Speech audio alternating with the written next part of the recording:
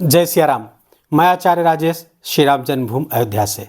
प्रिय दर्शकों, भोग विलास ऐश्वर्य धन समृद्धि सुख गीत कला संगीत आदि के कारक ग्रह शुक्राचार्य 28 जनवरी की प्रातः 7 बजे के लगभग अपनी वर्तमान वायु तत्वीय राशि कुंभ राशि को छोड़ करके जल तत्वीय राशि और अपनी उच्च राशि मीन राशि में प्रवेश कर जाएंगे और जहां पर वो 31 मई 2025 तक विराजमान रहेंगे।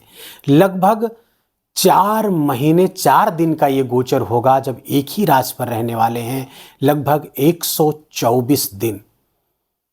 ये बहुत ही दुर्लभ गोचर है शुक्र का, क्योंकि शुक्र 1 महीने से भी कम समय के लिए किसी राशि पर विराजमान रहते हैं, और जब 4 महीने से अधिक के लिए किसी राशि पर विराजमान हो और उच्च के होकर के विराजमान हो तो कहने ही क्या।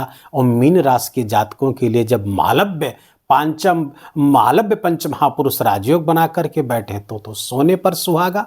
तो मीन राशि के जातकों को बहुत जबरदस्त लाभ शुक्र के इस गोचर का होने वाला है। शुक्र मीन राशि के जातकों के लिए तृतीय स्थान और अष्टम स्थान के स्वामी होकर के लग्न स्थान राशि स्थान पर गोचर करेंगे और यहां पर वो मालव्य पंच महापुरुष राजयोग बनाएंगे। न केवल मालव्य पंच महापुरुष राजयोग बनाएंगे बल्कि कुलदीपक योग भी बनेगा, और दूसरा कुछ योगा योग और भी दुर्लभ टाइप के बन रहे हैं, जैसे कि यहां पर गुरु के साथ स्थान का परिवर्तन दिख रहा है।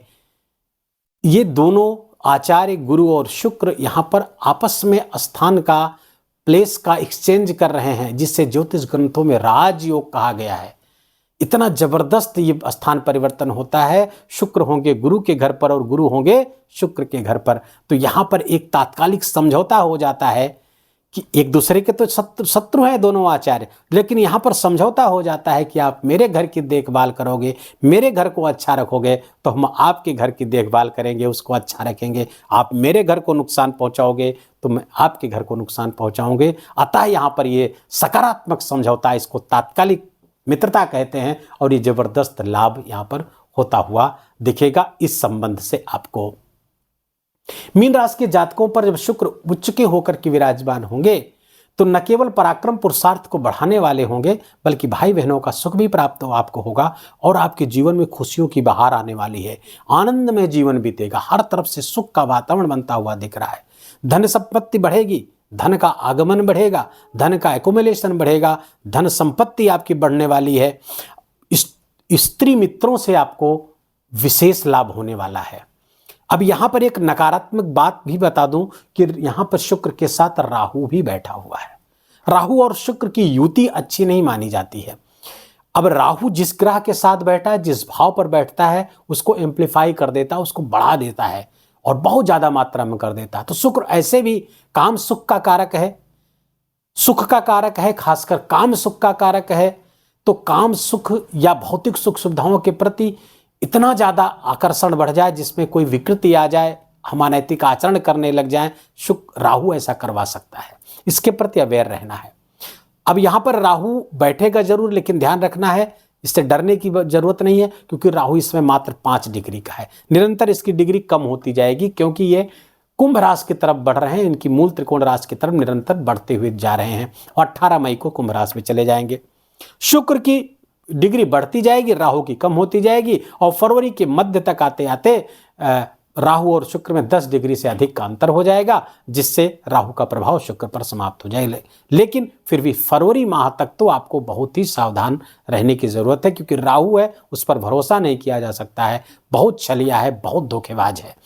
तो इस बात का ध्यान रखिएगा कि कहीं अत्यधिक सुख भोग के कारण, ऐश्वर्य भोग विलास के चक्कर में हम कोई अपने लिए आपत्ति न मोल ले लें, इतना ही ध्यान रखना है। वैभव भी यही देता है और विपत्ति भी यही देता है।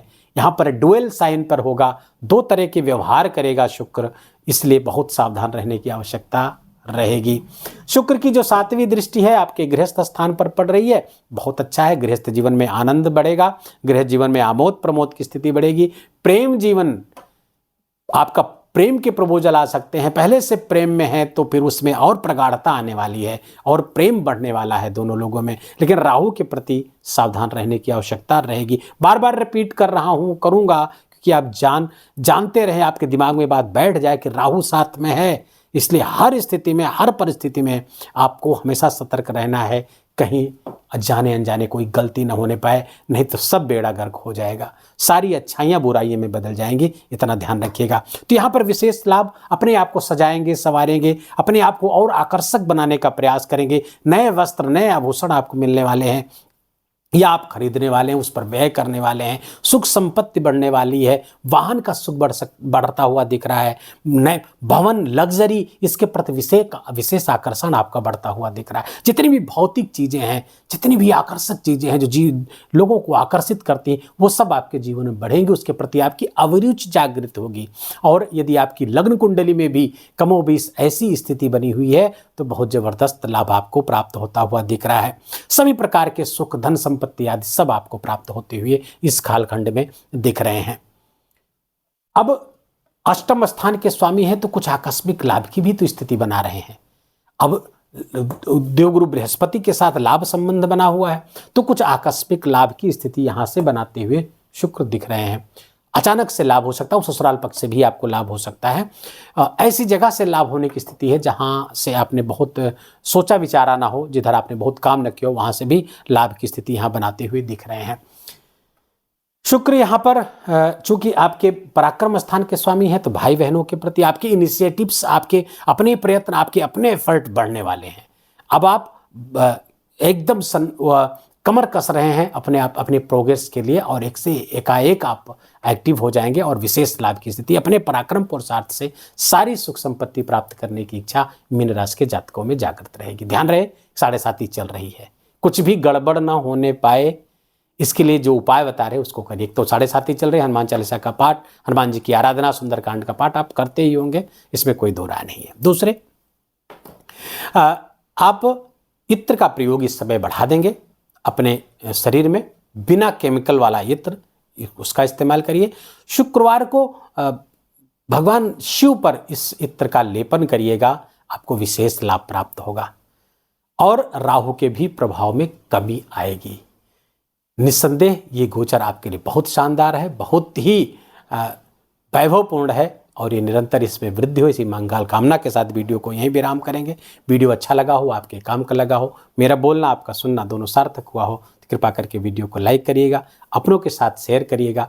कमेंट में जा करके जो भी भगवान का आपको प्यारा नाम लिखता हो, जिसमें आपको श्रद्धा हो, उस नाम को या जय सिया राम जरूर लिखिएगा, इसको भूलिएगा मत। मेरा हाथ जोड़कर आपसे सबसे प्रार्थना है, चैनल पर नए तो सब्सक्राइब कर लीजिए, बेल आइकन की घंटी दबा लीजिए और अपना बहुत बहुत ख्याल रखिए। जय जय सिया राम।